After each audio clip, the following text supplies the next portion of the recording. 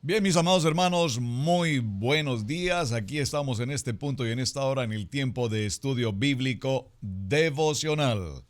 Su hermano Pastor Roberto Alfaro les saluda y les doy una cordial bienvenida para todos ustedes quienes nos acompañan a través de estudio bíblico en radiogénesis.tv y a través de Vivo para Cristo TV en Suecia, Estocolmo. Para ustedes, buenas tardes, bendiciones todos. Muchísimas gracias. Muy bien. Avanzamos ya en nuestro ciclo de Éxodo y vamos en el capítulo 2, la historia en la vida de Moisés. Acompáñeme entonces, sin más palabras, al libro de Éxodo capítulo 2 y veamos el verso 11. Dice la palabra: en aquellos días sucedió que creciendo ya Moisés salió a sus hermanos, y pedimos que subrayáramos la palabra aquí, sus hermanos, y los vio en tareas muy duras y observó a un egipcio que golpeaba a uno de los hebreos.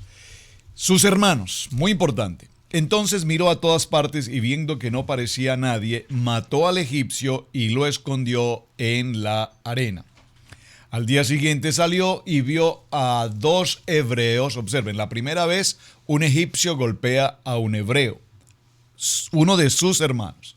Y en la segunda ocasión, dos de sus hermanos, es decir, los hebreos, que reñían. Entonces dijo al que maltrataba al otro: ¿por qué golpeas a tu prójimo? Y él respondió: ¿quién te ha puesto a ti por príncipe y juez sobre nosotros? ¿Piensas matarme como mataste al egipcio? Entonces Moisés tuvo miedo. Por favor, subraye la expresión tuvo miedo, porque esta será tal vez la única oportunidad, circunstancia en la cual Moisés tiene miedos. Es decir, el carácter de Moisés, como lo fue en Abraham, en Isaac y en Jacob, todos van a pasar por un proceso de madurez hasta alcanzar esa perfección, hasta alcanzar ese carácter en el poder de la palabra. Tuvo miedo y dijo: ciertamente esto ha sido descubierto. Oyendo Faraón acerca de este hecho, procuró matar a Moisés, pero Moisés huyó de delante de Faraón y habitó en tierra de Madián. Aquí teníamos la tarea, la tierra de Madián, recordando entonces de dónde vienen estas tribus o esta tribu de Madián. Y recordamos, gracias por contestar la tarea, excelente todos quienes contestan. Recordemos que la tierra de Madián hace referencia particularmente a los descendientes de Abraham. Preste atención, Abraham en su segundo matrimonio con Cetura, es decir, los madianitas son una descendencia que viene de Abraham del segundo matrimonio. Muy bien. Básicamente podríamos mencionar esto, luego veremos en detalle ya más a fondo la historia de Madián.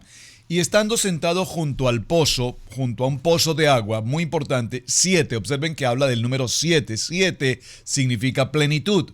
7 hijas que tenía el sacerdote de Madián, subraye la expresión aquí, sacerdote, el Cohen. También aquí la palabra sacerdote o Cohen puede significar un hombre de importancia, un hombre de alta estima, un hombre de gran valor. Sacerdote de Madián vinieron a sacar agua para llenar las pilas y dar de beber a las ovejas de su padre.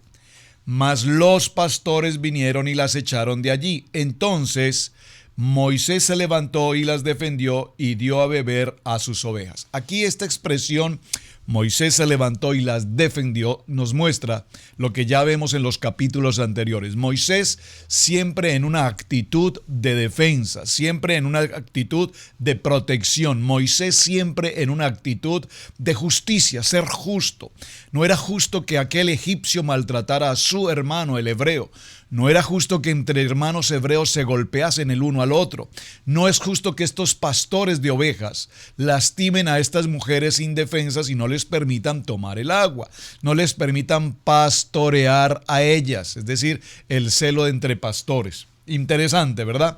Así es que los pastores vinieron y las echaron de allí. Entonces Moisés se levantó y las defendió y dio de beber a sus ovejas, volviendo ellas a Reuel. Observen este nombre aquí tan interesante, Reuel. Estoy en el verso 18 del capítulo 2 en Éxodo. Reuel es en principio el nombre que más adelante veremos como Jetro.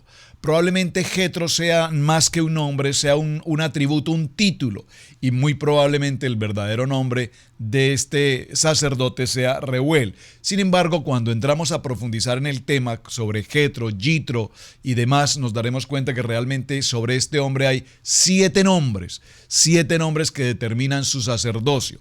7 nombres que determinan su sacerdocio, cada nombre por un día de la semana. Vamos a dejarlo allí solo como a título informativo.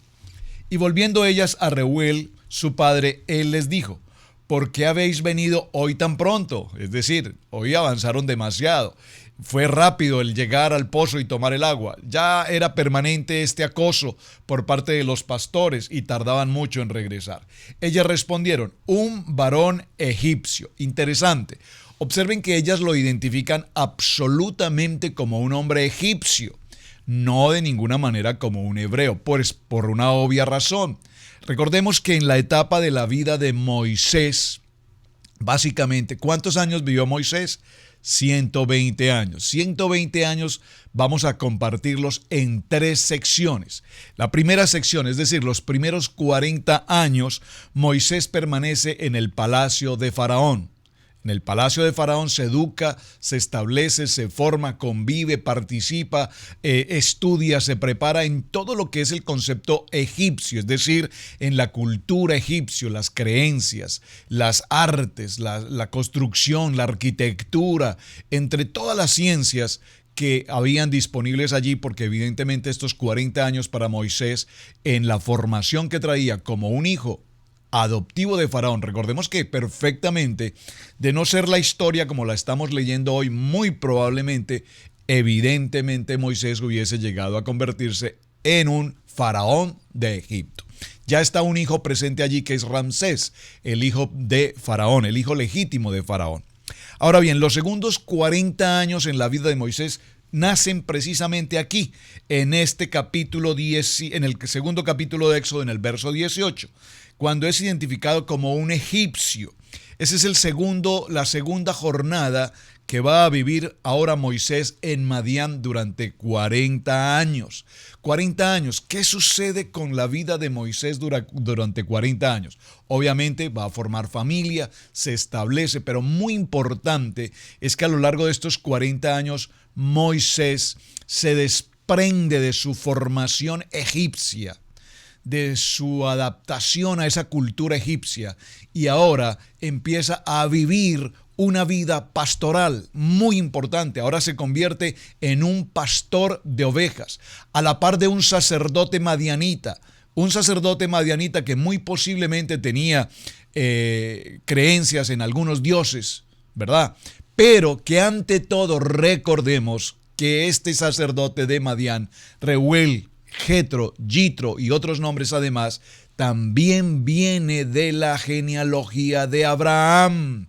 Muy importante, porque este encuentro de Moisés con quien será ahora su suegro, Yetro, Reuel, va a tener una poderosa influencia en la vida de Moisés. Y finalmente, la tercera etapa para completar los 120 años de Moisés, pues nos daremos cuenta que permaneció después 40 años en el desierto como líder, como hombre de Dios, sacando a su pueblo de aquella opresión, de aquella esclavitud. Recordemos también que este libro de Éxodo nos viene a hablar de salvación y nos viene a hablar de redención. Muy importante, lo iremos desarrollando en la medida que avancemos. Muy bien. Y dijo a sus hijas: ¿dónde está? ¿Por qué habéis dejado a este hombre? Llamadle para que coma. Llamadle para que coma. Observen que Reuel tiene ese corazón de agradecimiento, esa actitud de atención. Y de hecho Reuel traduce o significa pastor de Dios. Muy interesante. Y Moisés convino, verso 21, en morar con aquel varón, convino en morar. Aquí la expresión morar pareciera que es muy rápida, porque hay una coma y dice: y él dio a su hija Sífora por mujer a Moisés.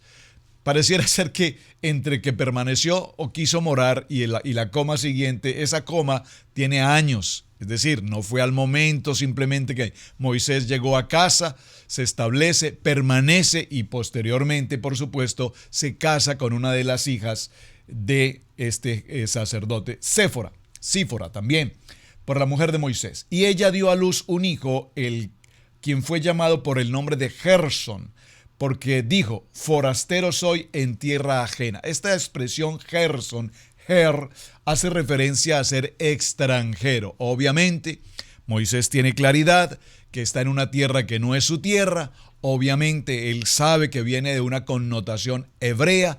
Obviamente, él sabe que Egipto es el poder del momento. Así es que llama a su nombre Gersón, indicando porque soy forastero, porque soy extranjero. Verso 23. Aconteció que después de muchos días murió el rey de Egipto. Observen, esto es muy importante. Murió el rey de Egipto. Y hablando del rey de Egipto, recordemos que en los últimos o en los primeros capítulos de Éxodo mencionamos que evidentemente este rey no conoció de ninguna manera, ni recordó de ninguna manera quién era José. Esto nos deja una enseñanza muy importante a nuestros días. Es muy, pero extremadamente fundamental, necesario, que nosotros enseñemos a nuestros hijos permanentemente la palabra, la palabra, la palabra. ¿Por qué?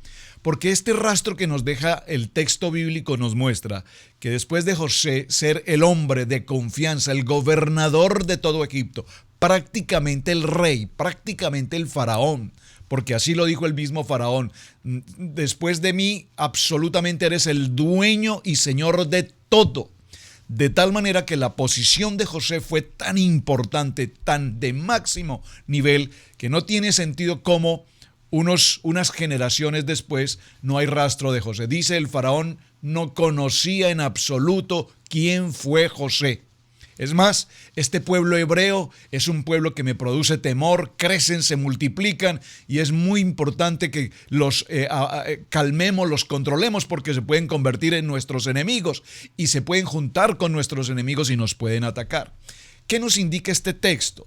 Es muy importante que las generaciones siempre estemos recordando la palabra, recordando la palabra, recordando la palabra. Esto me trae a mente un ejemplo moderno, sencillo.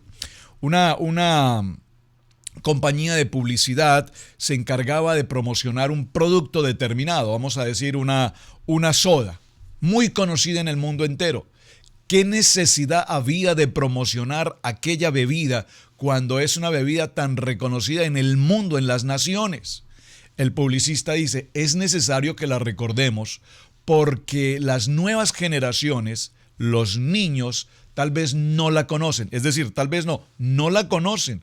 Por lo tanto, cada año necesitamos promocionar el producto, cada año necesitamos tener una buena imagen del producto, cada año necesitamos que las nuevas generaciones entiendan que este producto ha permanecido por años siendo y ocupando un primer lugar. Esto nos muestra, para parafrasearlo de esta manera, cuán importante es que nosotros enseñemos a nuestros hijos que tenemos a un Padre eterno, a un Dios todopoderoso, que ha existido, que permanece y que su omnisciencia, su omnipresencia y su omnipotencia son siempre.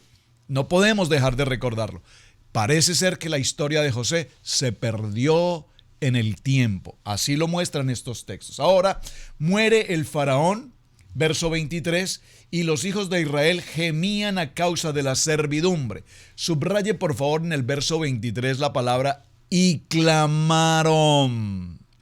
Hasta este momento, después de todo lo que ha transcurrido en el principio de Éxodo, apenas vamos en el capítulo 2 y en el verso 23, pero en este recorrido han traspasado ya muchos años de esclavitud, un pueblo sometido, humillado, con cargas, pasado al proceso propiamente de la esclavitud, sin ningún derecho, sin ninguna opción, sin ninguna posibilidad, sin ningún beneficio.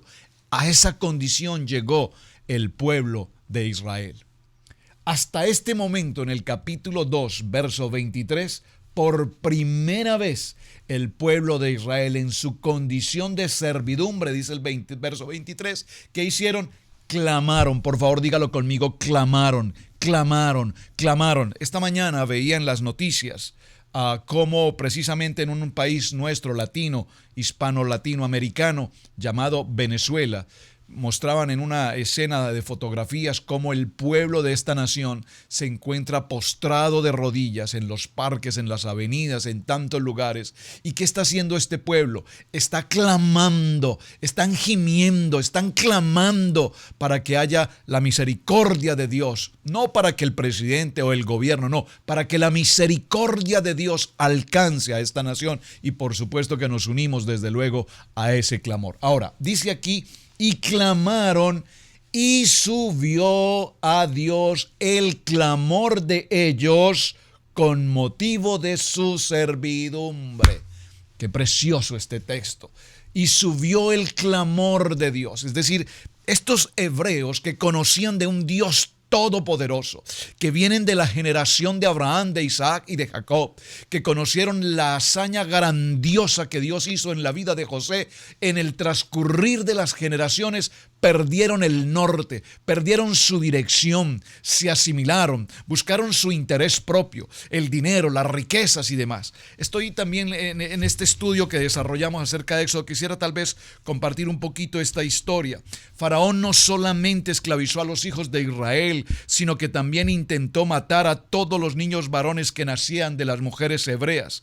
Dice, entonces Faraón mandó a todo su pueblo diciendo, echad al río a todo hijo varón que nazca y a toda hija preservad la vida.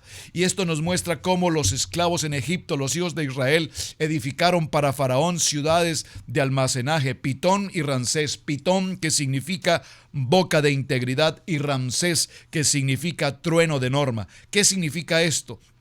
Significa que hasta el día de hoy nos narra este estudio bíblico que estoy desarrollando, cómo el hombre se ocupa por la capacidad, el conocimiento, el estudio. Por supuesto, muy importante estudiar, prepararnos, pero el único propósito con el cual nos preparamos es uno. ¿Cuál? Somos esclavos de un sistema económico, el dinero, las propiedades, la riqueza. Queremos más, queremos más, queremos más, y esto nos hace esclavos. Lo que queremos significar básicamente con este texto es que así como los hijos de Israel cayeron en la tiranía egipcia por la necesidad de ganarse el sustento, la gente del mundo hoy en día está también bajo la tiranía de los sistemas económicos. Aún el hecho de que pasan tiempo divirtiéndose en el mundo es una señal de que se encuentran bajo la tiranía de Satanás, porque observen que aquí en el texto de Éxodo, Faraón representa indudablemente a Satanás. Opresión, esclavitud, miseria, pobreza, ruina, toda la inmisericordia posible. Y hoy vivimos en un mundo totalmente esclavizado. El dinero, la riqueza, las posesiones, las diversiones, los placeres, todo esto nos indica que estamos sujetos al príncipe de este mundo. ¿Qué dice la palabra? Que el príncipe de este mundo es ¿quién? Satanás. Y entonces estamos cargados, afanados, oprimidos, los costos, las aseguranzas, los pagos, los biles y todo lo demás cargados en opresión que no nos permiten tener un tiempo de familia. Por favor, un tiempo de familia, un tiempo de familia, un tiempo de familia, un tiempo de unidad, un tiempo de clamor. Este pueblo hasta tanto no pasó toda esta opresión, se les había olvidado absolutamente por completo tener un tiempo de clamor a nuestro Padre eterno. Y oyó Dios, dice el verso 24, y oyó Dios el gemido de ellos y se acordó de su pacto. Por favor, dígalo conmigo, se acordó de su pacto. ¿Cuál es el pacto? El pacto que Dios hizo ¿con quién? Con Abraham, con Isaac y con Jacob. Por eso mencionamos ayer que así como Éxodo es una continuación de Bereshit, no tanto desde el punto de vista desde la creación, pero sí desde el punto de vista de los patriarcas, vemos ahora cómo aquí lo confirma y dice: y se acordó del pacto con Abraham, con Isaac y con Jacob. Atención, y miró Dios a los hijos de Israel y los reconoció Dios. ¿Acaso Dios se había olvidado de este pueblo? Por supuesto que no, pero este pueblo sí se había olvidado de Dios. Este pueblo se había entregado a idolatría, se había asimilado, y lo vamos a ver en los capítulos siguientes. Pastor, ¿por qué está diciendo esto? Bueno, porque tal vez usted podrá decir, pero no fueron todos. Aquí vemos algo muy importante. No todos los israelitas fueron oprimidos y esclavizados. ¿Por qué? Porque muchos de los israelitas trabajaban directamente para el gobierno de Faraón, se asimilaron. Eso lo vemos y lo hemos visto, lo vimos en el Holocausto, lo veremos más adelante, cuando lleguemos a la historia de Yeshua. Recuerden a Zaqueo, trabajaba como recaudador de impuestos. Todas estas historias hoy igualmente se complementan. Así es que miró Dios a los hijos de Israel y los reconoció. Los reconoció quiere decir que Dios sabía que había un pacto que él tenía con su pueblo. Pero ese pacto que estaba vigente, el pacto de Abraham, de Isaac y de Jacob, había sido omitido por el pueblo de Israel, por los hebreos. De tal manera que hasta el verso 23 ellos clamaron. ¿A quién? A Dios Todopoderoso, Hashem. Se acordaron que ellos eran hijos de Abraham, de Isaac y de Jacob. Y dice el Señor, qué preciosa palabra, que los reconoció. Es decir, empieza el tiempo de la redención, el tiempo del pacto de Dios se renueva. Capítulo 3. Apacentó Moisés las ovejas de Jetro. Ya observen que aquí ya cambia de Reuel a Jetro. Jetro, su suegro, sacerdote de Madián, llevó las ovejas a través del desierto y llegó a Horeb. Observen que aquí nos habla del monte Horeb, monte de Dios. Este monte Horeb o monte de Dios también es conocido como el Sinaí. Es decir, en todo el desierto del Sinaí, en todo ese valle del Sinaí se encuentra el monte Horeb. Monte de Sinaí, es muy importante porque lo veremos en muchos textos en adelante. Y se le apareció, por favor subraye en el verso 3, en el capítulo 3, verso 2, y se le apareció el ángel de Jehová. Observen, aquí no dice Dios, aquí dice se le apareció el ángel de Jehová.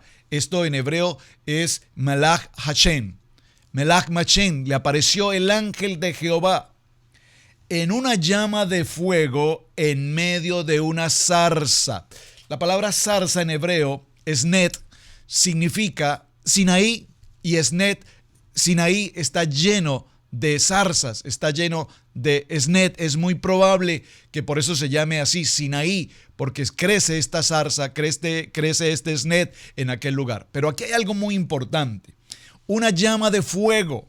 ¿Qué representa el fuego? El fuego tiene varias connotaciones. El fuego representa luz, el fuego representa calor, es decir, calor en el sentido de que produce calor, pero si nos acercamos demasiado al fuego, ¿qué sucede? Nos podemos quemar. Muy importante. También el fuego representa la palabra. El fuego a través de la luz representa sabiduría. El fuego a través de la palabra representa la verdad. Este fuego es muy importante porque han transcurrido, amados hermanos, aquí en este verso, aproximadamente 200 años después de que Dios habló a Jacob. Lo veremos enseguida. Ahora Dios, a través del ángel, se presenta por primera vez ahora con Moisés. Muy importante. Y observen que vamos a ver niveles. La primera aparición del ángel de Hashem, del ángel de Jehová, se produce en una llama de fuego. Si usted va al libro de los Hebreos, en el capítulo 12, verso 29, lea ese texto, por favor. Dice que el fuego de Jehová es un fuego consumidor. Muy importante, lo veremos también un poco más adelante en otros textos. Entonces, él miró y vio que la zarza ardía en fuego, pero la zarza no se consumía. Qué visión tan importante. Moisés no podía entender cómo podía pasar esto. La zarza estaba en fuego, pero la zarza no se consumía. Entonces Moisés dijo: iré yo ahora y veré. Observe que la primera palabra que vemos aquí es miró, y luego la segunda expresión dice y veré. Esta expresión veré, es decir, yo veo, miro momentáneamente algo, pero cuando ya me llama la atención, cuando es de mi interés, ahora miraré con detenimiento. Muy importante, porque normalmente en la vida de la iglesia tenemos a muchas gentes que solamente ven, pero no miran. Observe la diferencia entre ver y mirar. Mirar significa que ahora esto ha llamado tu atención, que esto es importante para ti.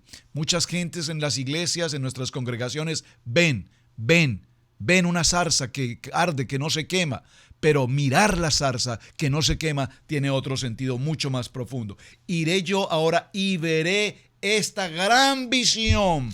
y veré esta gran visión, por qué causa la zarza no se quema. Verso 4, viendo Yahweh que iba a ver, lo llamó Dios de medio de la zarza y dijo, por favor, observen el verso 4, que aquí ya hay una segunda expresión de Dios.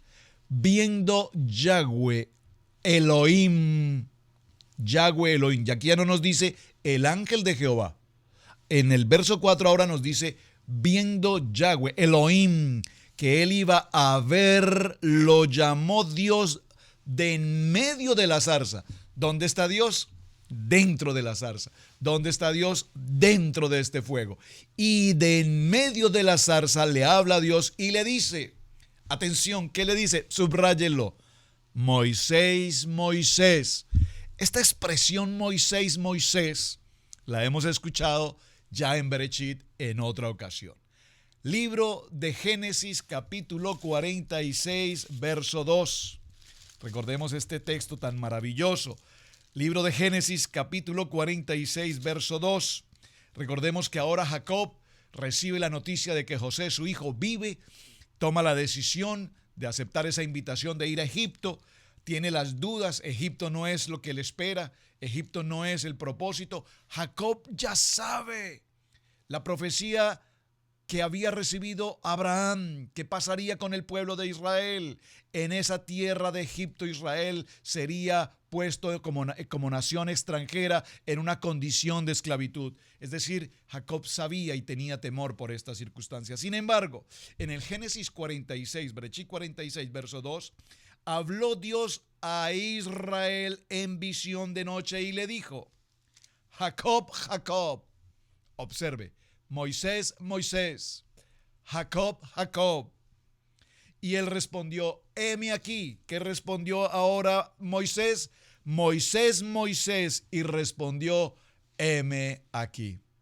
Qué estudio maravilloso, ¿verdad? Apasionante, se repite. Estos son los hijos de los patriarcas. Esta es la generación. Moisés, Moisés, Jacob, Jacob, quiere decir, eres amado para mí. Eres amado para Dios. Moisés, Moisés. Y él respondió, heme aquí. Y dijo, no te acerques, quita tu calzado de tus pies, porque el lugar en que tú estás, tierra santa es. ¿Qué te está diciendo el Señor? Quita el calzado significa apártate, quítate lo que te conecta con el mundo, quítate lo más bajo que hay en tu vida, tu calzado, quítate esto que es algo temporal, y pisa esta tierra, porque esta tierra es la tierra espiritual a la que yo te voy a llevar. Quítate tu calzado, porque el lugar en que tú estás, tierra santa es. Y dijo, observen que aquí en el verso 6 hay una nueva expresión de Dios. Y dijo, yo soy el Dios de tu padre. Observen, aquí ya no dijo el ángel de Jehová, no dice Melach Hashem, no dice Elohim, ahora dice yo soy el Dios de tu padre, el Dios de Abraham, el Dios de Isaac y el Dios de Jacob. Entonces cubrió su rostro porque tuvo miedo de mirar a Dios. Segunda ocasión en la cual Moisés tuvo miedo. Ahora, aquí esta expresión miedo no es miedo en el sentido de miedo, es miedo en el sentido de temor, de respeto. Dice incluso que cubrió su rostro porque tuvo miedo, es decir, es una actitud de humildad, porque si hay una expresión con la que podemos definir a Moisés, evidentemente es su humildad. Los mismos egipcios en el palacio reconocían la humildad que tenía este hombre llamado Moisés. Y de manera muy lenta él se cubre su rostro porque no podía ver ese resplandor de Dios, así de manera intempestiva. ¿Qué nos significa esto? Que cuando nosotros nos acercamos a la palabra, debemos acercarnos lentamente. ¿Por qué menciono esta expresión? Porque hay tantas personas en el ministerio que corren. De pronto, así en el momento en que Dios toca sus corazones, empiezan con tanto fuego, con tanto ardor, con tanta pasión la vida del ministerio, corren, estudio bíblico, seminario, avanzan, estudio, y repentinamente, así mismo como avanzaron, así mismo se alejaron. terminan muy cansados. Vemos cómo aquí Moisés cubre su rostro para ver, porque realmente él no podía ver intempestivamente ese brillo, esa luz, ese fuego, ese poder de Dios. Tenía que ser algo de humildad, de honra, de reconocimiento y con mucha lentitud. Así es que quiero dejar en los corazones de tantos hombres y mujeres que quieren correr en la vida del ministerio. Hoy conozco hermanos que empezaron como pastores, sirviendo y amando al Señor con tanta pasión, pero ya no solamente son pastores, ahora son profetas, ahora son apóstoles, ahora son arcángeles, ahora son querubines y ya no tienen más títulos que colocarse. Humildad, lo que el Señor nos llama, es a ir lentamente al propósito de servir, porque ministerio significa servicio. Y luego dijo Jehová: bien he visto la aflicción de mi pueblo. Subraye por favor la expresión mi pueblo. Aquí Yahweh habla ahora no de Israel, no de una nación. Ahora Yahweh habla de mi pueblo. He visto la aflicción de mi pueblo que está en Egipto y he oído su clamor. Por favor, subraye estas dos expresiones. He visto y he oído. He visto y he oído. A causa de sus extractores, pues he conocido sus angustias. Mis amados, el tiempo se nos ha terminado. Vamos a dejarlo aquí en el capítulo 3, verso 8 para que continuemos. Quería llegar hasta este punto de la zarza ardiente en esta semana. Apasionante Éxodo, ¿verdad? Apasionante. Y por supuesto que estamos caminando un poco rápido en los textos, pero estamos aprendiendo cada día algo nuevo. Un tiempo de Shabbat, un muy buen fin de semana. Shalom para todos, gracias por compartir el video, muchísimas gracias por sus comentarios y por favor continúen la lectura en Éxodo en el capítulo 3 porque continuaremos el siguiente día, lunes, muy temprano, aquí estaremos en Estudio Bíblico Devocional. Bendiciones para todos.